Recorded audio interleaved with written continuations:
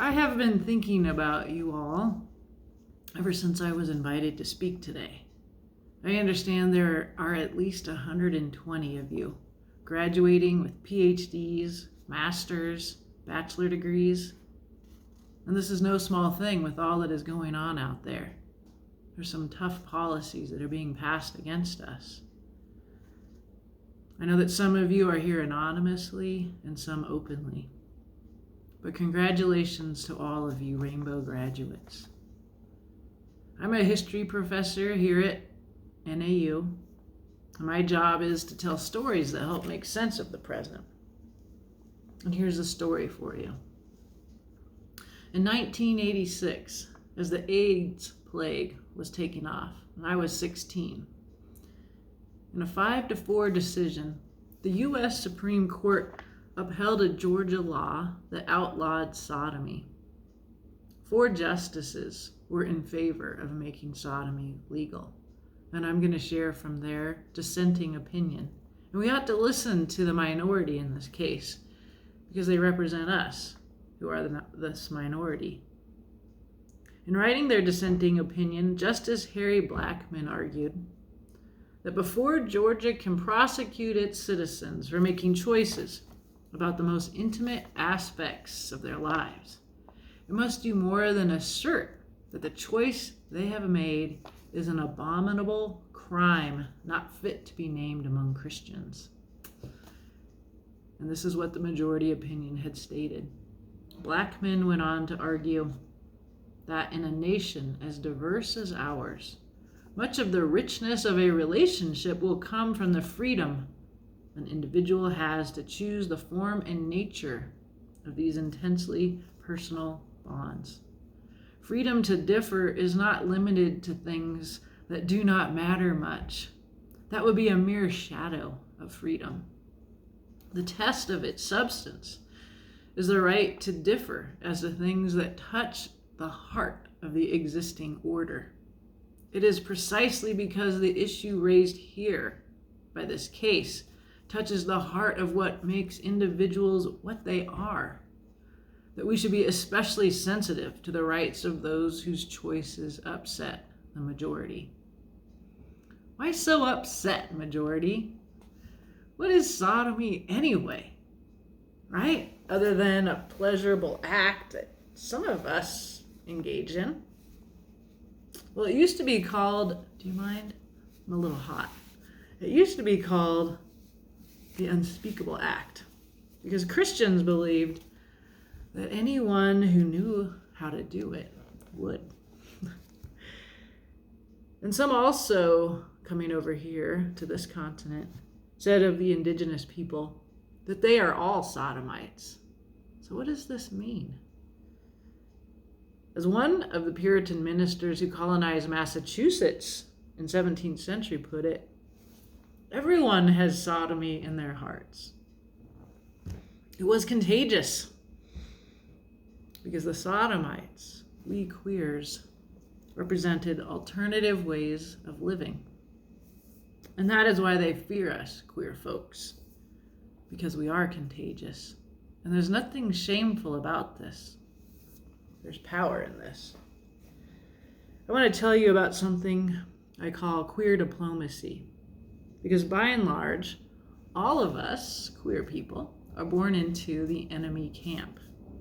By enemy camp, I mean we're born to cisgendered, hetero people who are supposed to love us in little nuclear families that are the building block of this nation, America. And we are also born into the heart of a white supremacy that is fundamentally heteropatriarchal and binary. We were born into an ongoing process of settler colonialism meant to eliminate indigenous people from this land, and into a culture defined by extractive relations to the planet. And this system depends upon the majority's obedience to these norms. We queer people can't live according to certain of these norms. Those norms that fail to recognize us as human, norms that define us as less than human and so condemn us.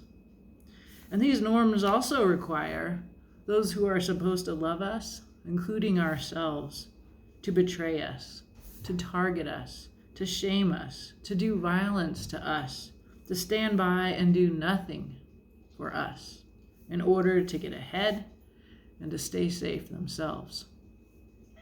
Even though that safety is an illusion. No one is safe, right? I think more and more we all feel the danger. We're supposed to. That is how terrorism is meant to work. So there's a little box in me where I put that danger. The danger I live in and go to work in every day. And then there is love.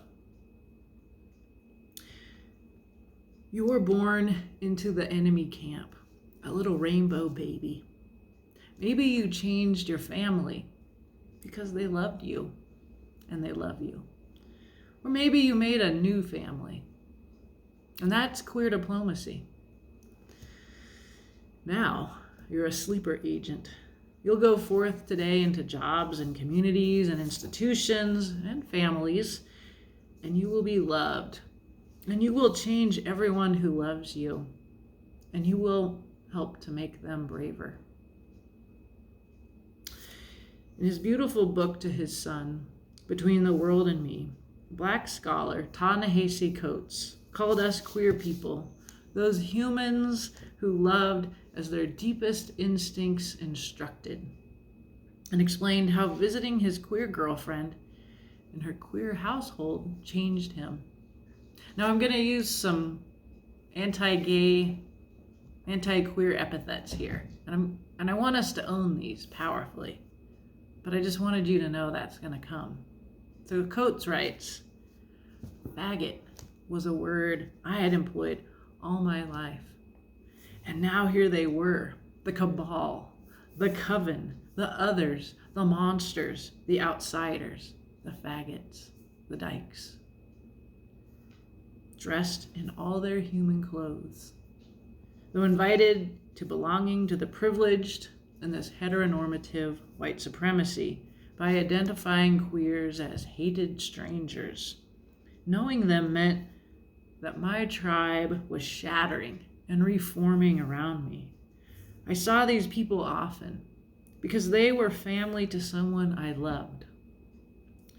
Their ordinary moments, answering the door, cooking in the kitchen, dancing, assaulted me and expanded my notion of the human spectrum.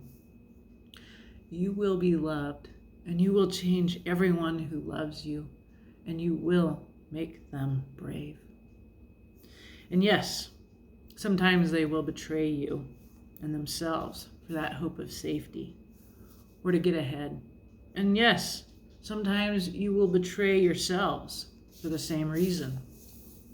And yet, there is joy, humor, laughter, camp, color, life, love, bravery.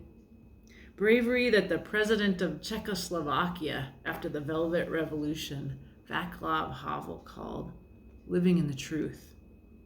And the power of the powerless to change the world by setting an example, by simply being, by existing. You change the world, my little sleeper agents. I want you to look at each other, my sleeper agents. You are going off to your lives. You'll often be the only one wherever you go. It will be hard. It may at times be scary. I want you to take this Rainbow Convocation with you.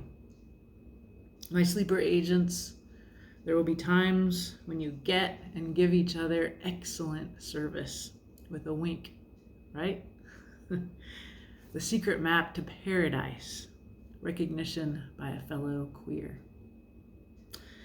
In my experience, the straight people will want to be around you, for you are glamorous. You are a gift, each of you.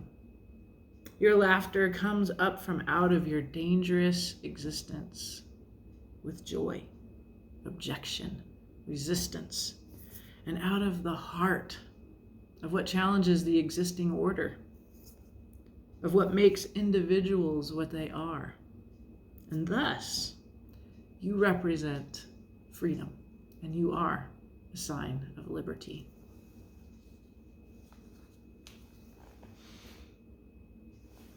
Have a beautiful life.